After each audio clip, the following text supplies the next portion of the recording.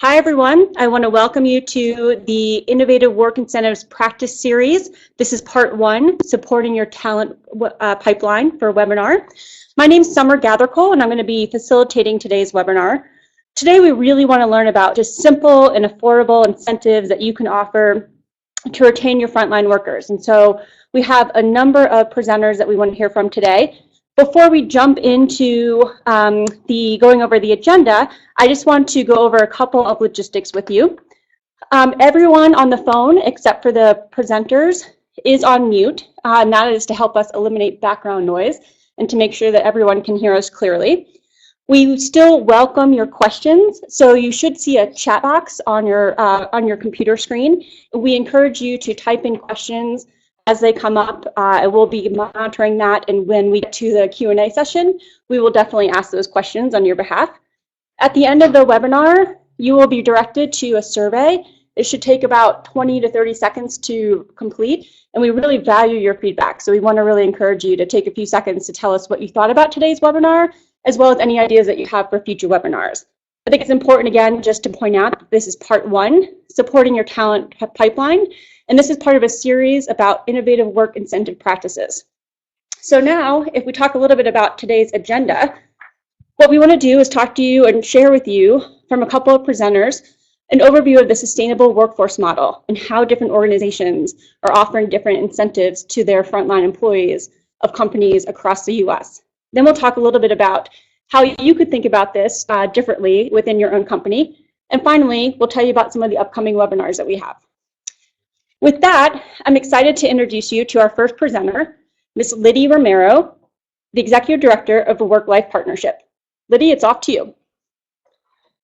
Hi, I'm Liddy Romero, Executive Director and founder of WorkLife Partnership, and I'm leading off this series talking about the sustainable workforce model, which the four of us prescribe to. So just a little bit about the model itself. We provide high-impact post-hire support services for entry-level employees.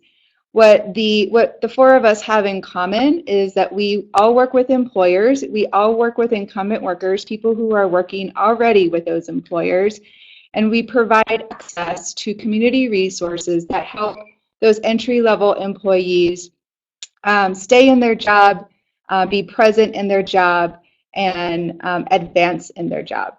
So the way that we do that is we provide access to three types of services. One is community organizations. The other one is government agencies, helping them navigate benefits through work supports. And also the last one is financial literacy, understanding that 80% of the reason why people use this model is because of lack of finances. They come up short every month and aren't able to provide for our Plan B. The other part of this model incorporates our employer partners. We all operate on a fee-for-service model. We each have employer members, and I think across the four of us have 50 employer members, 50 plus employer members. And the other is that obviously that our constituent is our employee. So we all serve, again, employees who are working and who are having trouble getting to work. So the four of us, again, the sustainable workforce model, we both prescribe these values, one for the employer and the other for the employee. We are all nonprofits, and so we all strive to secure families through quality work, but we also realize that our model has a byproduct that benefits employers and cost savings on their retention. So a couple of points here. Value for employers, we positively impact their business through increased retention, through better attendance, and actually utilization of their existing employer benefits. The HR team spends less time on those issues that they normally can't resolve, and those are life issues that they normally can't resolve. And then it's a competitive advantage for a lot of employers who participate because this service and this benefit, this model is something that very few employers have access to. So I think it's really important that when they're when they're able to provide our service to their employees, it does provide them a competitive advantage. The other part is the value for employees. They obviously keep their job. So as they're stabilized in their job, they're able to start thinking about how they could do their job better and becoming a more productive employee. We also have a wide range of services between the four models that that really kind of cross the divide. So one is employer loan programs, financial education, career coaching, upskilling program, and always access to work supports and resources for employees. So a little bit about the WorkLife model. So it was founded in 2009. We are in Denver, Colorado. We serve the Front Range of Colorado all the way up to the Wyoming state line, Fort Collins, Weld County, Broomfield, Boulder, Lafayette, Denver, if anyone is familiar with Colorado. So we serve a wide geography, and we also serve about 25 employers in our membership. We do operate, again, on a fee for service, and I'm just going to take the next couple of slides to describe WorkLife specifically and what we have going on in Colorado. I think so. One of the reasons that we've increased in demand for our services is that Colorado has a low unemployment rate. I think right now it's about 3.3%, actually. So I think that it's really important that since I started this back in 2009 on the heels of the recession, the economy has really turned over. And what we've seen is employers now paying a lot more attention to retention and thinking about how they can provide that competitive advantage even for their frontline workers. There's demand for a workforce in Colorado, obviously. There are jobs that are going unfilled, and I think if employers are now putting their attention on how can they retain who they have and really help upskill them. So I think our services are a perfect fit for that. What our model really addresses is those personal issues that affect work. And the diagram here shows that there are certain things that are happening in Colorado, like housing, how housing is skyrocketing, and maybe it's relative to your community as well. Those housing issues and the fact that there is little affordable housing in our communities really affects workers' ability to get the jobs that are in the city, thus affect business. But then there's more national issues like garnishments. So this 1 in 10 Americans between 35 and 44 getting their wages garnished. Our model really helps people navigate those garnishment issues, whether it's child support or debt, whatever it is. Our really helps address those things one-on-one with employees. So whether it be things that are locally or things that are nationally, I think it's important that these issues are really affecting workforce. And this model really, the sustainable workforce model and WorkLife really helps to address those things at the workplace. A little bit about what type of businesses that we help. Businesses of all sizes, really. I think our smallest business is 90. Our biggest business is 4,500. We cover most sectors right now of our membership. We have healthcare, long-term care, manufacturing, really looking to get into more of the retail, hospitality, and food industry, industries that have those high turnovers and that are really looking to start retaining their workforce. So a little bit about our benefits is that we have fantastic retention rates. Right now we are at 92%, so we help retain 92% of that we serve. We increase employee engagement. We take workplace satisfactions, and in 75% of our workforce, we're able to increase that engagement. And then we have proven ROI, return on investment. Like I said, our model is a fee for service. So as employers provide us that membership fee, we're able to provide them at least 250% return on their investment. So just to review again, 3 key services that WorkLife addresses through the sustainable workforce model. It's that one-on-one attention to employees who are really facing challenges to work. We provide those access to resources when they are facing those challenges to work to hopefully retain them. Number two is training and professional development. So we work with the employer to understand what type of trainings, tuition reimbursement, certifications that they want their employees to have, and then we work one-on-one with those employees to help them get access to that and help them complete those trainings that they need. And the last thing is really filling a gap for financial assistance.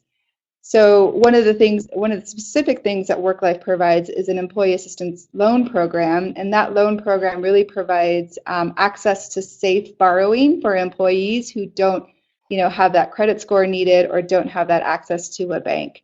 So all of those three services we provide to employees of our employer members. How it works, very briefly, we have what we call navigators. Navigators are assigned businesses, or the business is assigned a navigator. So we have 7 navigators right now, 5 bilingual in Spanish. They're each assigned businesses, and they work directly with those businesses to understand their work site, their culture, what their employees need. Our navigators go on site at least monthly to employer sites. They have office hours, and employees can see them as they see fit. But also our navigators are accessible at any point. So a lot of the times they're meeting people outside of normal work hours, at 6:00 p.m. after work, or at a McDonald's, whatever is convenient for them. We definitely try to make that convenient for the employee. On-site, I already got through on-site scheduled hours, but we definitely partner with employers to help understand what they need, and then we help coach employees to fill those needs. So again, we're looking at our retention and ROI, and those are our biggest impact points with employers. Although we do look at increase in wages, and the other impact point is the increase in workplace satisfaction, which increases engagement and hopefully productivity. But I think what this slide describes is kind of how this is a cycle, and that work-life partnership is in the middle. We definitely use community resources, and we help connect those to the employee to help make that business more successful. And I think, is that it? So I think I'm going to turn it over now to Connect for Success and Lars Nowak to describe what's going on in the state of Washington. I'm going to plug you guys into the headphones.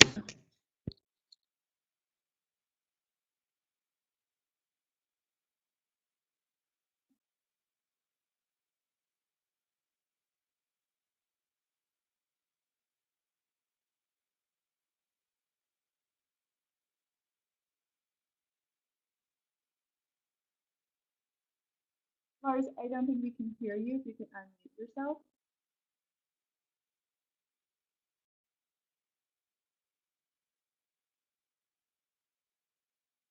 Lars, if you want to hit pound 1 to unmute yourself.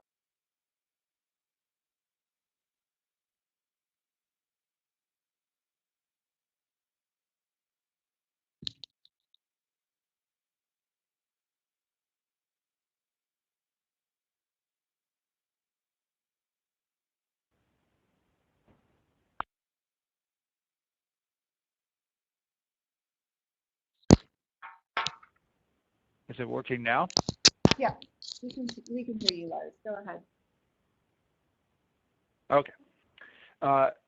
So I am Lars Nowak with Connect for Success, and I was saying that we provide similar services to WorkLife Partnership in Washington State, most of the west side of the Cascade Mountains, so the larger metropolitan areas around Seattle, Tacoma, and Everett. And our primary focus industries are manufacturing and production. We have a number of social venture, nonprofit, and companies that we work with. We have a number of nonprofit organizations that we support, and like WorkLife Partnership, we're also interested in branching into retail and service industries, given that those are the industries where there's the largest job growth besides tech positions in our area.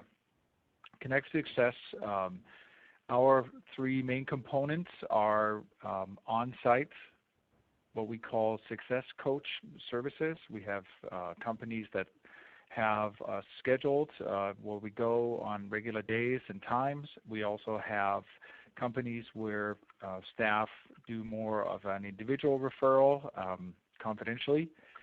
We also provide one-on-one financial coaching and counseling services. A number of our staff are actually certified and trained in providing those services, and that allows us to do some of that financial management and planning services directly. Like WorkLife Partnership, we're in the process of restarting. We have restarted a loan program with the local credit union, which will also support a lot of the employees that we're working with in getting access to both banking services and also loan products that will allow them to get out of all of the payday lending situations that many of them unfortunately are using. One of the biggest issues that we're currently addressing is that a lot of people are job hopping and moving from both individual jobs, but even the industries, given that here in Western Washington, there's a lot of higher wage jobs in particular in aerospace and the technology sector. So a lot of the lower skilled and lower paid industries are struggling, and we're working with a number of those companies to provide that one-on-one support to their employees so they can keep their jobs and hopefully advance within that particular company and the industry. So the primary focus we have is retention and productivity. Those are the employer focuses that we've agreed with everybody on and reduce that turnover. Primary driver for most of our staff is how do we address these issues, barriers that employees have from recurring, so permanent solutions. And that is primarily, again, based on a coaching philosophy, and that allows each employee to come up with permanent solutions to their own issues. And our strength, I would say, what we have learned is that there are a lot of resources out here, given that there's a lot of philanthropy and a lot of support for community-based services. So we have a very strong network of resources through other nonprofits, and that allows our staff to really engage and provide resources in a timely manner. As an example, we had a person that was working on a government contract and had a number of personal issues outside, from work, home-based with their family, and they were able to be referred to some mental health support and some legal support so they could actually resolve these issues and get back to being productive and focused at work.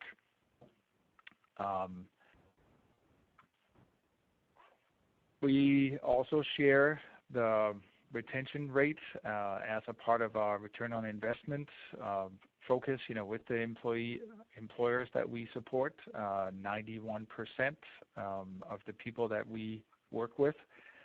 We currently work with 9 companies, and they range in size from 800 to 7 across these industries that I mentioned before. We use the same similar ROI calculation and focus as WorkLife and our other partner organizations. And again, in 2015, it was 243%. We supported 257 employees and dependents, which is another focus group because many of the employees' issues actually stem from dependent issues and barriers. With that, I will introduce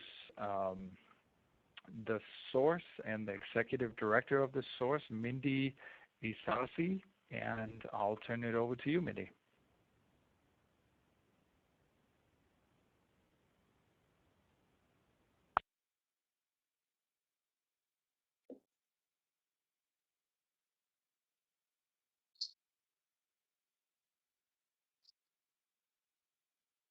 We can't hear you yet, Mindy.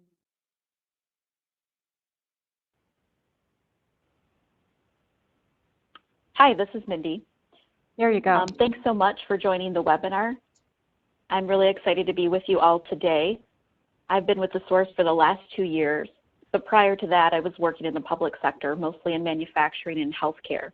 And so I hope that I'll be able to translate some of my past experiences as an HR professional and what we're trying to do at the Source, which is really to work collaboratively, hand in hand with employers to make sure that they are able to provide the best work experiences to their employees, because we are definitely living in a current environment right now where people are consumers of work, and they're making decisions about where they want to work, who they want to be associated with, and really believe that this sustainable workforce model is a way to differentiate your employment experience. I want to start with 3 things in terms of just setting the stage a little bit more, and then I will delve into some of our barriers. One is our belief that having a job is not going to resolve those barriers that exist in work. Those barriers that were pre-employment will continue to occur post-employment. Another one is really that productivity is at the core of this work. We are really trying to understand how we can work hand in hand with employers to help them be more efficient and have better productivity. And lastly, it's a belief that, as Liddy mentioned earlier, the model is really focused on the clients that we serve. So here at the Source, we like to talk about concierging people's lives. They may not make huge amounts of money, but they also don't have lots of time.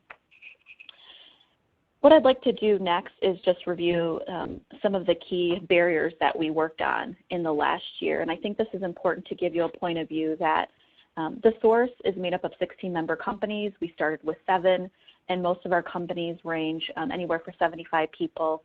And then we work with a large health system that has over 25,000 employees in the region.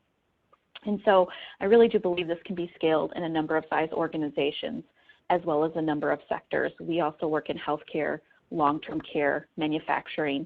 And here in West Michigan, the growth industries are really manufacturing and the construction industry, and certainly the service sector, which we are looking to get into. For us, we really want to continue to ask what is value added to the employer. So just like many of you in the rest of your supply chains or when you're working with your customers, really what is valuable and what is the customer willing to pay for. And so for us, it's really that one-to-one navigation. But something that we also do differently here in Grand Rapids is have Department of Health and Human Services caseworkers on site. So these are the individuals that are responsible for the public benefits that many of the people that work for our member companies, and probably in your member companies, if people are making anywhere from minimum wage, quite honestly up to about $22 an hour can be sort of the cliff point. And so that really helps to make sure that people can engage with their caseworker. The focus is on retention, not sort of just pushing the case through, really getting to know the individual and what are the needs that they have. Because usually they're coming to us for one sort of barrier, perhaps it's housing, which is also, we've seen a housing market here in Grand Rapids of a very tight housing market, not only affordability, but availability. And so there's usually some other things there, a low credit score, perhaps no credit. Some other financial pieces as well, maybe a high interest rate vehicle. The other piece that I'd like to really point out is we also do the loans. And for us, it really is people who are working, what are those gaps that they need to fill in? So somebody this week, it was helping to secure additional money for a down payment for a house that they were going to get through our local housing provider. For somebody else, it was a vehicle that was totaled this past winter and being able to purchase that. And we really value the partnerships that we have with a number of organizations and agencies and the government here in West Michigan. What I want to do now is actually go to a video because you've been listening to a few of us now, but I think it's important to hear from others and just see different points of view. So I think we're going to show a small snippet of this video, and then I'll come back to do some summary and pass it on.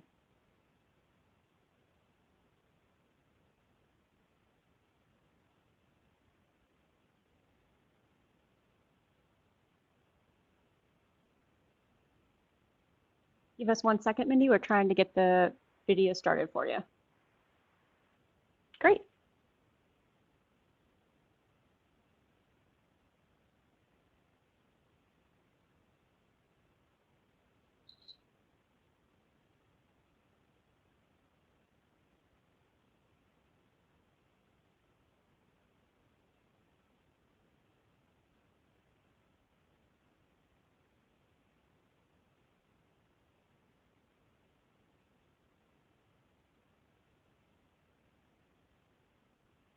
And we have a desire to provide them for our employees, but we're not capable of doing it. We make and package butter, some of it with designs on it, some of it in different formats. There were a lot of barriers they had to employment that we were really not equipped to handle. Spectrum is a finishing company. We do finishing for the automotive industry mainly, and we also do high-gloss clear coat on plastic. The effect that the source has had on our employees is hard to describe because they've had so many positive effects in our employees' lives. Source is a non-profit organization which helps the employee of different company, and Vichem is one of them. We're a plastics manufacturer, so we're actually compounding plastic. We're mixing chemicals together to make plastic where our customers will melt the plastic down and make parts, primarily automotive.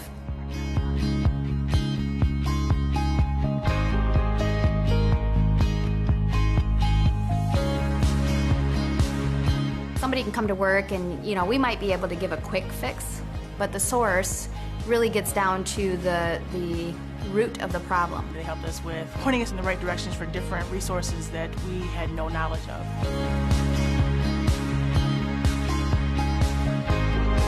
For our employees, we like to think of the source as a trusted and knowledgeable relationship.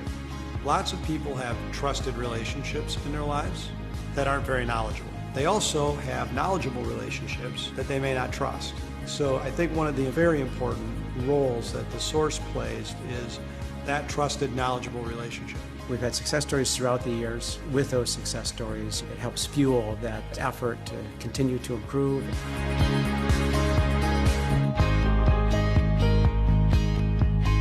I worked at Butterball for 18 years, where I have COPD. I came to the source to get my Social Security because I didn't know how to get started or anything. They were sending me papers I didn't know anything about. So I would call and they tell me to come down here and they just helped me out a lot. If it weren't for them, I don't think I wouldn't have been. Thanks for showing the video. I think it's a good representation of the different types of employers that we have. And again, really getting at the fact that the goal for us is to identify what those barriers are, but also make sure that people are having an experience where they really feel like they are the customer. And so we want to see this at the source. We see this as an extension of your benefit package. And really, as work changes, as we look at the current landscape of work, what are different kinds of benefits that you need in place to really differentiate your employment experience? Lastly, what I want to say is that this work is definitely done in partnership. This is not a service model. Yes, we provide services, but there is definitely work that the HR professionals, CEOs, and other individuals do, because we must do it hand in hand. We're in the workspaces, but this is a very action-oriented relationship. And so you heard Mark Peters, one of our founding CEOs, talk about being knowledgeable and trustworthy. And I think we're able to do that with regular communication with our HR staff and really making sure that their needs are being met. And when things change in the work environment, we can be there to help respond to that. And next, I'm going to introduce Lisa Falcone from Working Bridges. She's the director, and she'll share a little bit more about their work in Vermont. Thank you. Great, Mindy. Thank you so much. Hi, everybody. I'm Lisa Falcone, and I am the director of Working Bridges, and I work for the United Way of Northwest Vermont in the great state of Vermont. Like all of my colleagues who have already talked, our program is similar in the way we do our work.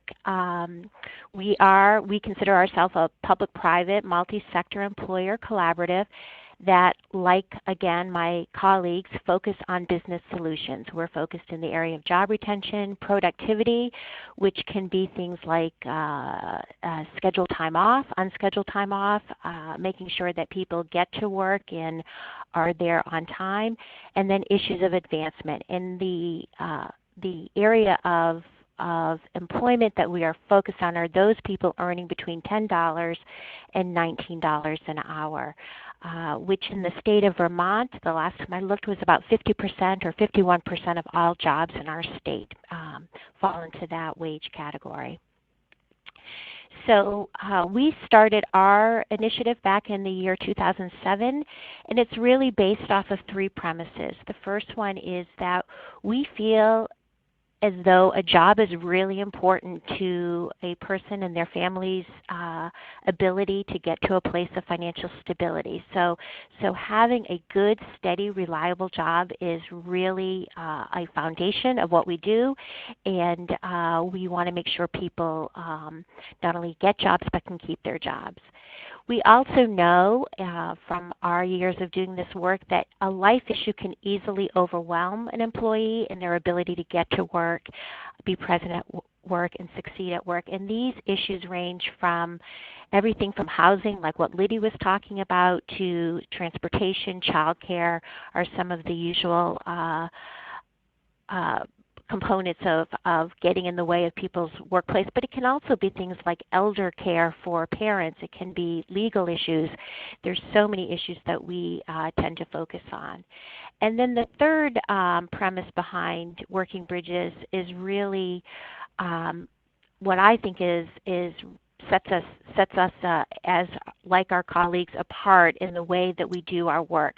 We really are about employers coming together and talking about these issues and designing and testing innovative practices and policies and benefits that can really change how we do our work. So it is not United Way of Northwest Vermont going out and telling employers what to do. It's bringing those employers together to really think about better ways of solving these issues together. Next slide. So when we started this work, we were really focused on a couple of things in terms of one of the issues was turnover. Again, back in 2006, 2007, pre-Great Recession, we had many employers saying to us that that workers, one day they would be there and the next day they would not. And so we decided that we really needed to focus on this issue. And we now are also in a place where turnover is so important to our employers. So that is a really a big important part of what we do. I already mentioned that we also focus on unscheduled tardiness and absenteeism, which we were hearing from employers hurt productivity. We work with the largest hospital in our state, and when people don't show up for work, that really impacts their ability to serve their customers and the patients and everybody in the hospital. So that is such an important part of what we do.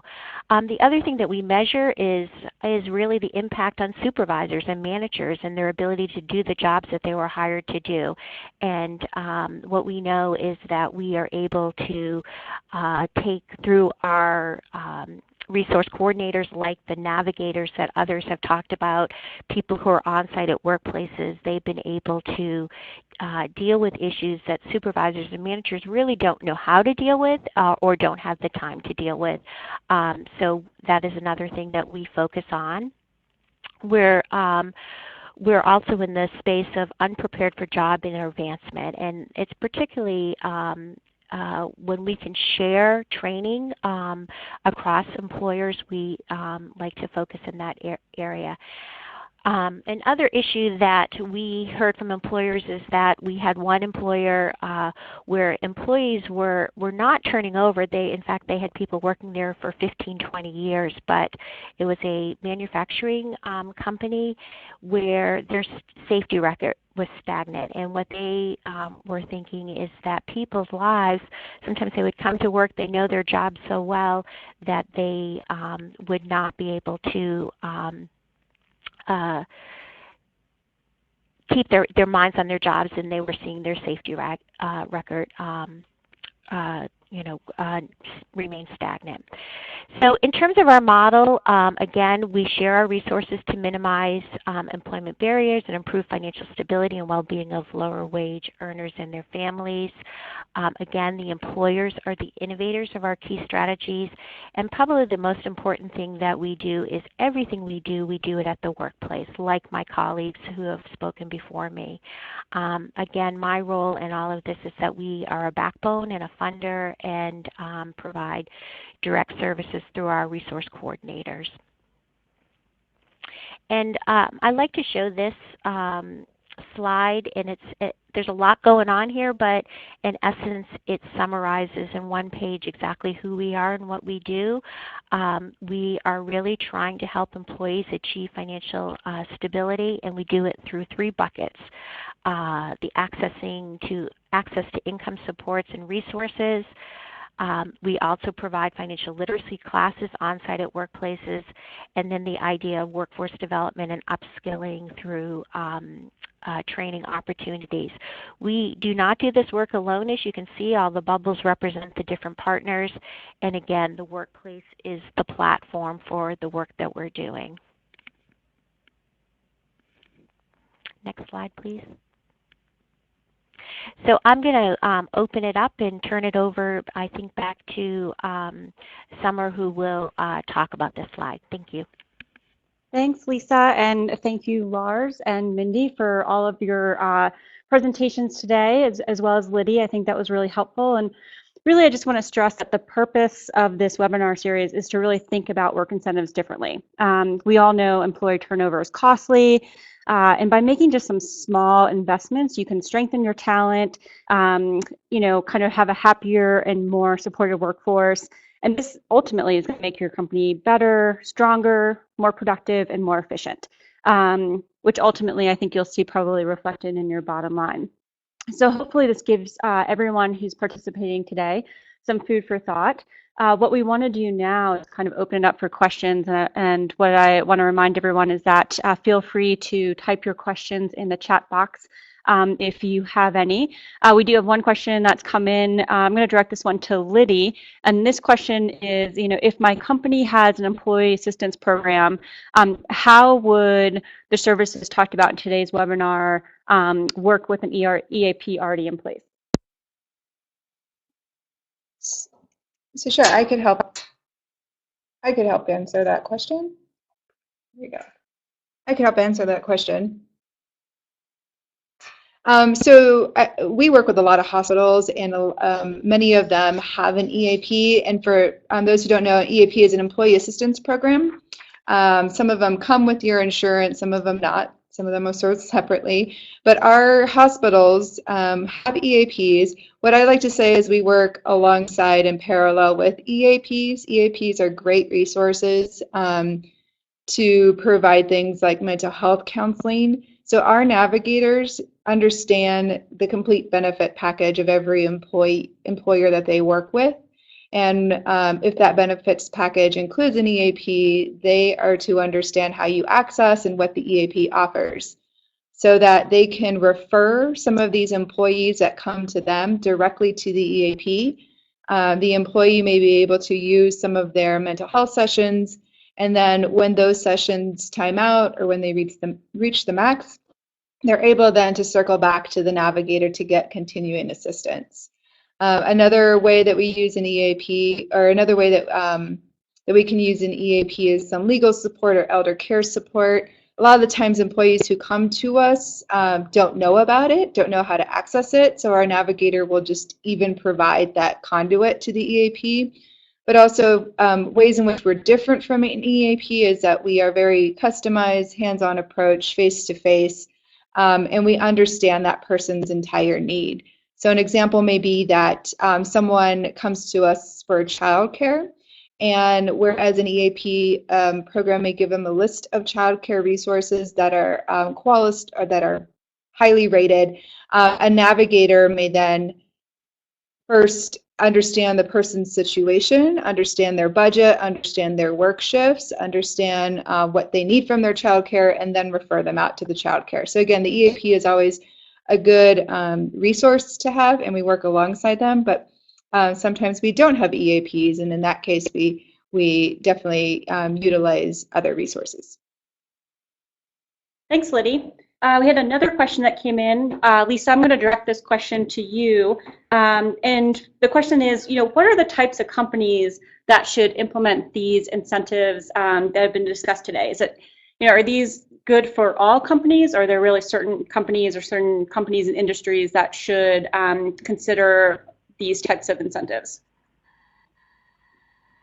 So I'm sorry, the unmuting people were talking to me. I'm assuming what you're saying, are there different kinds, does this work across all sectors, or is there specific companies types of companies that this works better for? Is that the question? It's really just about kind of what type of company or industry is best for those to consider implementing these types of work incentives. Sure. So I think that's a great question. Here in Vermont, we've tested that, frankly, and we definitely see that it works really, really well in manufacturing companies, healthcare. Currently, we're doing a pilot with some childcare centers. I would say essentially there's a couple of components that are really, really important, and one of them is workplaces where people, where their wages are not, where they need help in supplementing wages and or benefits that would be helpful to them. So I think in that regard, almost any sector that pays in the low to moderate wage fits this bill. Where we have found it difficult to kind of make traction, although we're trying, is in the retail sector, and part of that is has to do with existing policies and practices of the retail sector, but I think that it is ripe for giving these incentives a try. I hope that answered the question. Great, thank you so much. And I think those are all the questions that we have received today. So that concludes today's webinars. I want to just thank all of our presenters for joining us today. I think it's been a really interesting conversation. I want to let everyone know who is listening that the next part in our webinar series is called March Madness. It's happening on March 3rd. One thing to point out is today is the first of a series of 12 webinars that will be taking place. The March Madness webinar on March 3rd is really going to be focused on Denver-based organizations that offer incentives and supports to employers in the Denver, Colorado area. Then the rest of the series in this 12-part series will be more nationally focused. We certainly encourage you to participate on March 3rd if you're interested in just hearing what else others are offering. And again, I want to thank all of you for participating today. You will be directed to a survey here momentarily, and we'd love to get your feedback. This recording of the webinar will be available, and we will share that with the participants after today's webinar, just so that you have the link for it. Thanks again, everyone, and enjoy the rest of your day.